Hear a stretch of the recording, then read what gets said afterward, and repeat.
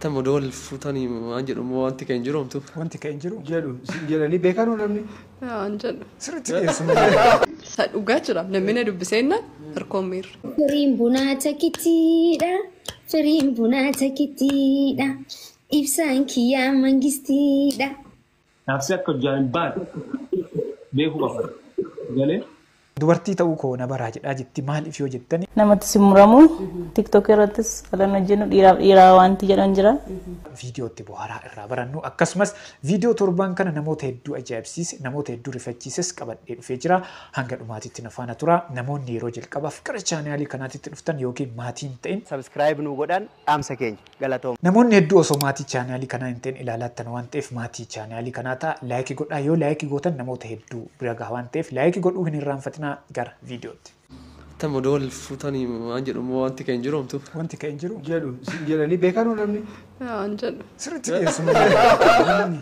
Baay'ee gaarii kan beekamu. Anjir jechuun sirriitti be.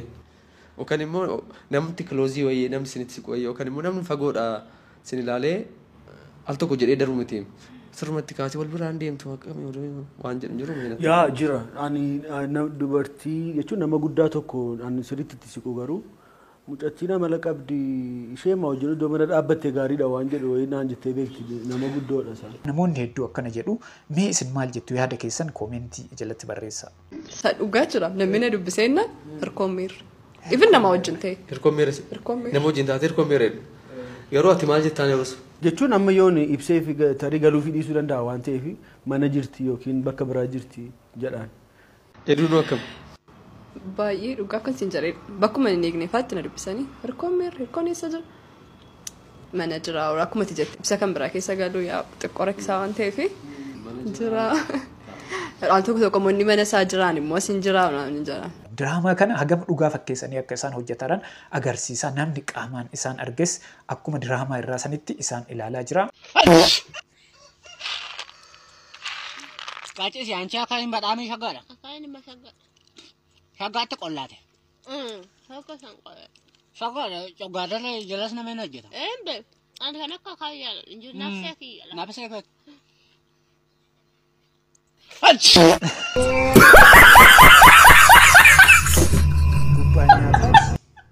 Hani dawwani wani gongo mata na malla wayya jarana gongo tana malla wayya. Gongon tun nama keccatte sina warrati odu sampate keccatte oto mana duwatti inta warranni errani. Tawarrat. Ana kan nagaafam. Aku nama garra. Bara gongoon duuba asta dhufu dhufu. Bara kana ndau. Qoy mee. Ani dheedhi kana si jala kaasa malaati galgala biyyaa fiddu. Akka naannoo itti fuufe galgala sin cibsu waan ta'eef jedha kaasi baguma jala kaaste. Hello mudaamudiyee amma nabbaa kiyya manatti argee waan gootu uffata shamaraa uffadhuuti geelatiyyan jaani daddafee qootu sin eega ammumaan tana qootu. Ijaan wal argaan qalmaree caaltii atte Oromoon maaliin godhan ijummaan isa garraan naaf ga'a. Caaltuu dhufee hin jira. Laantanaa oluma seeni. Sota ifirraan baasee. Eessa jira abbaan kan kee? Duuba kaa jiru maaliif lafa fagoo sanirraa na hamtaan? Lafa fagoo irraan deemee dhufeeme? Baafira gad deebisi. Caaltuu eenyudha tun hiriyaateeti? Hiriyaatee yaammatte akkam nagaa harooti fayyaadha. Nagaa adeeroo fayyaa nagaa. Akkam mukaachitaan nagaya. Caaltota na hiriyaatee nagaa halatti fayyaa adeeroo. Tole wal bira dhufuun gaariidha taphadhaa. Homaa hiyyaati naa qajeelatin isinitti taphadha. Akkana laa intala xiyya akkana jabaadha. Deemnurra maal sittaa jamaa miti. Ati waan tana firraan baasirree. Mataa kana bilna godhee bara injiru mukuduraa rabbiin itti gan dhedheensaa waan kana gidduu fitti mataa kana na nyaata. Abbaan gayyaa gadin taa'u yoo nutti gabbee garuu anatti hin gaafatamu. Oonu ra'isi gaa caaltutti yasii yaadee wata kittu masa dhadheessisame. Tuffii gamga'u kun abbaan osoo mana keessa jiru manuma isaanii keessatti waamtee. Way caaltutti yaa. A'uuzu billaahi mina shayxaana rajiim. Reefu dhalaadhaan ani jenne maali qastaa? Bismillaahi rahmaani rahiim. Bayasi ija manasi habasun cu. Entar reefun tana geeleti ya dhalaadhaan ani jenne manuma taa'u kanatti. Sirumati irratti dhiiranatti fitte. Mee warra utuu afaan Oromoo danda'anii afaan Oromoo saayileen fidaa haasa'utu beekanii Amaariffa malee jiraniif viidiyoo kana na ergaa fime. Amma namoonni tokko yeroo afaan Oromoo isuma har'aan sitti maa yara isaa har'aa yeroo afaan Oromootiin dubbisu afaan Amaaraatiin natti deebisa. Akka afaan Oromoo beeku nan beekaa bara.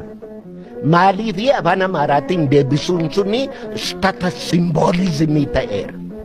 Nama guddummaa ta'eera. Afuuftuu duwwaan. Koomentiin viidiyoo kana jalatti barraa'eeru baay'ee na ajaa'ibsiise. Namoonni akkasitti yaaddan, namoonni koomentii akkasii barreessitan akkamitti yaaddaniiti garuu? Tiktookirratti amma mataadhaan qamisii uffadhu jedhu haasaa namaatiin hin deeman yoomiyyuu. Namni nu arrabsus namaanatti hin fakkaatu. Kanaafuu ammayyuu Tadhee keera. Naabaraa. Eeyyee naabaraadha. Dubartii tokko naabaraa. An kanumaan inni itti fufaa jechuun barbaada. Kun egaa tarii imala jaalala keessan keessatti akka bu'aa bahee akka qorumsaatti kanuma duwwaadha bakka. Yeroo isin baatanii galtan namni ija sanarra kaawwachuu yaada garaagaraa keessa yaada faallaatiin kan namni yaadu taasisu. Kana namni nuuf abaru, karaa OBN'nis nuuf abaru, karaa yeroo jaallaas nuuf abaru jecha.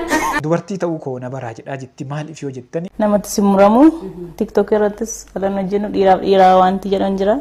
Kanaaf jechuudha miidiyaa hawaasaa garaagaraa irratti dhiyaatanii deebii kennaa jiru. Hiriyaa keessanii wajjin yeroo dheeraa turuu yoo barbaaddan wantoota qulfii ta'an sadan kana raawwadhaa. Yeroo dheeraa turuudhaaf tokkoffaa amanamummaadha. Amanamummaa jechuun hiriyaa keef amanamuun hariiroon sun yeroo dheeraa akka turuuf gargaaraa jechuudha. Kana jechuun wanta kamiyyuu iccitii gochuu dhiisuu, dhoksuu dhiisuu, meesejii dhoksuu dhiisuu, moobaayilii dhoksuu dhiisuu, faayilawwan adda addaa dhoksuu dhiisuu jechuudha.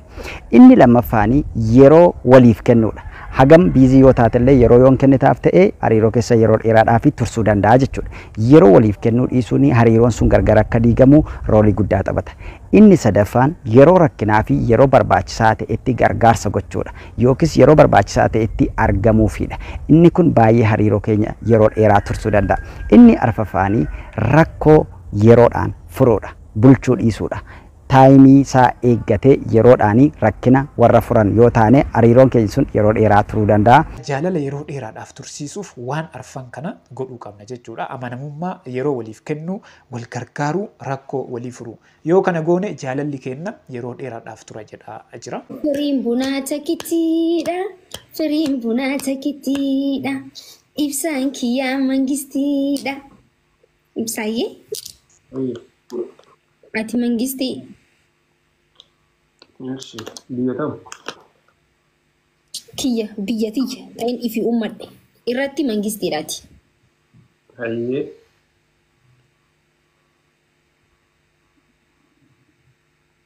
Okay. Gargar isaan baasuuf waan hedduutu jedhamaara, waan hedduutu dubbatamaara. Kanaafuu nu gargar hin baanu jedhanii jiru. Akkan hojjaan baanuuf waa hedduu goggola namni miidiyaa kana gubbarratti akka argaa jiru si malee. Waa hedduus waan ati hin godhin waan isin madaalle maqaa kee balleessuuf si xureessuuf waa hedduu godhaa jiran. Waan akka viidiyoo fa'aa zamana ammaa kanaan miidiyaa gubbarraa buusanii googilii gubbarraa buusanii isaan fa'aa akkasii jedhanii maal jedhanii ol gad oofan. Jaarraa kana keessa eessaa akka dhufe viidiyoon sunniin zeeroo soyixee argachuu dandeettu keessatti waan akkasii fidanii uummata kanaan muurii qabatuudha. Yookiin dammoo hamilee keessa cabsuu barbaadan jira si galee. Naan ammoo waan isaa irraa waan sitti himuu barbaadu jira. Maal si fakkaata? Makuush. Inkaan viidiyoo feekii akkanaa kanaan naaf si hojjaan baasuu miti. Waan ati beekuu qabu. Hamileen kan cabuu miti. Viidiyoo haga isaan beekamu viidiyoo dhugaayyuu yoo kan dhufee asirratti miidiyaa kanarratti ol galchu oofan ta'e iyyuu naaf si akka hojjaan hin baane beekuu qaba. Galee. Innaa wanti xiqqoo tanaaf miti saniifiyyuu mataan kan kee yoomiyyuu abbaa feete jalatti akka mataa gadi hin qaban. Jaalalli keenya jaalala dhugaatii wanti fedhe haa dubbatamu viidiyoon fedhe haa gadhiifamu anaafati gargar hin baanu jechuudhaan deebii gahaa ta'e akkanas deebisee jira. Waan godhuu barbaaddu godh nam tokkos akkasiin dirqisiisne malee kan kenne galee akka feete ta'e saba keetiif waan barbaadde ta'e sagalee ta'e waan yaaddu kamuu godhiif garuu ammoo waan ati hin barbaanneef godhi jedhanii ebeluun tokkocha akka sin dirqisii godhuus akka hin qabne sitti hima galee uummanni kun si jaallata sabni kun si jaallata waan badaallee qara sirratti dhagaa'e si galee garuu ammoo fakkeessaadhaan wanti xiqqoo akkanaa kanaan hamilee si cabsuudhaaf naamin akkas si goona miidiyaa kanarraa si balleessinaa maali mana si galchina elu jedhanii haasaan kana jechuudha dhugaasitti maal takka irraan kaatiin gurrallee ittiin qabin. Duuba dhiis waan ati jabbuu taatee har'a masirraa qaaqan malee. Namoonni tokko tokkos waa'ee jaalala isaanii kanarratti yaada isaanii kennanii jiru. Yaada namoonni kennan kana haa ilaallu. Gaafatama siin qabu jalaa deemtee kaayiroo jirti. As kootu achi deemi as kootu achi deemi alanfattanii miti yoo hukkiftanii gurraachomsitanii hasbun maayikiree korbeessa tokko tokko sirraa qalla ayyooti sirraa qalla lubbu. Wallahi maayikii taburullah ilazi hay maa garaana gubay maan affeela dai mee qoy sinta sakattaatuwi maali mina tafaawtno miskinti rabbi خير إن شاء الله وين dubartii cimtuu akkana jajjabeessuu qabna. Hamilee ta'uu fi qabna malee hamilee isii mooraalii isii tuquun sirrii miti. Siidaa leenjisoo diigaati ijaarre siidaa aanoleef dhaabne san jechuudha. Argitanii calanqoof dhaabne sani arsii keessan maakiidhaaf gadhaabna. Inshaallah maakii osoo isini maal harkarra qabattanii akkana viidiyoo isii fiddanii miti. Udduurra kaayattanii fiddaniiti. Ibsaa yoo dide obboleessa ibsaatitu maakii fuudhee waliin jiraata ilmoorra dhale. Maal fiddan? Obboleessa ibsaatitu fuudhee ilmoorra dhalee waliin jiraata. Arsii keessaan baatu morma keenyatu lubbuu teennatti dhabna malee. Anaa dubartii asirraa amma haasoo wallaaltu tanatu iyyuu waan makii godhu argitan gaafas. Anaan dubartii jechuudha waan isii godhu argitan. Hayi. Takka arsii takka maqaa kennamatee namni hin qaanfatu walirratti hin tadaraaddarru ammallee jechuudha. Dubartiin takka osoo ibsaan du'e makiin ibsa arsii keessaa baatee kutaa bira dhattee neerumtu. Achi keessatti kabiraa itti fuudhan malee. Achi keessa kabiraa isii dhaala malee. Hadda osoo ibsaan du'e. Argitee miti xiiqii tanaa miti jechuudha. Illikii tanaa miti jechuudha. Arsii keessaa baatee makii kutaa biraan dhattu yookaan arsii keessaa oofattee deemtee hin heerumtu. Kabiraatitu fuudha malee balbala san jalatti.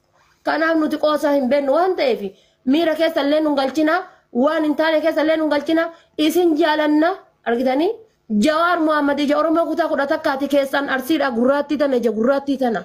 Jawaar Muhammad yukunoo isin kennee soddaa taane jiraatarra ummata dheedaa cinaachaati wali dhiyaanna waliin jiraanna rakkataa waliin gargaaranna wal bira dhaabanna ufii keessanii waliin cabsina waliin gatina.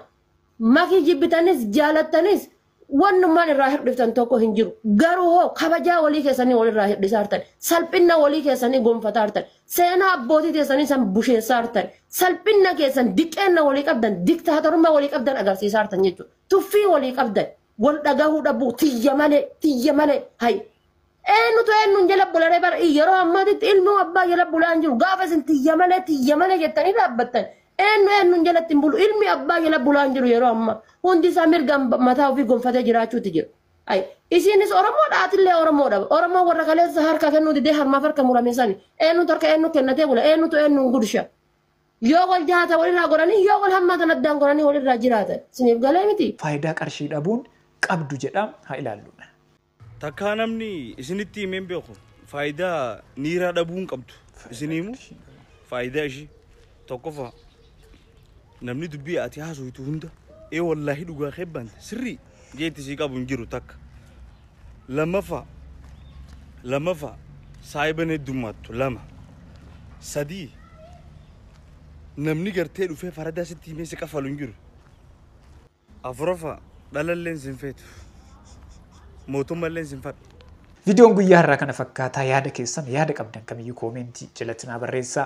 Namoonni hanga ammaatitti ilaaltanii maatiin ta'e maatii ta'a. Akkasumas hundi keessanuu laayikii godhaa isiniif salphaadhaan baay'ee na fayyada. Irra caalaan keessan maatii chaanaalii kanaa osoo hin ta'in ilaalaattan waan ta'eef maatii chaanaalii kanaa ta'a ana wajjin viidiyoo ta'anuun wal agarraa hangasitti yeroo gaarii.